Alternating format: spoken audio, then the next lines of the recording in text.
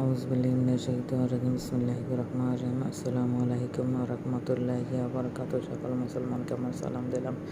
আশা করি ইনশাআল্লাহ সবাই ভালো আছেন। আলহামদুলিল্লাহ আমিও ভালো আছি। ম্যাডাম কোরআন শরীফ পড়তে ছিল 3 পারা, 1 পারা পড়লাম আজকে, 2 পারা আছে। সবাইকে নামাজ পড়ার দাওয়াত রইল, কোরআন পড়ার দাওয়াত রইল, কালিমা দাওয়াত রইল, সঠিক পথে চলার দাওয়াত রইল এবং সবাই দাঁড়িপাল্লা মার্কায় ভোট দিয়ে জয়যুক্ত করবেন, বাংলাদেশ আলমদেরকে সাপোর্ট করবেন। সবাইকে অনুরোধ করছি, হাতেও ধরে পায়ে পড়ি।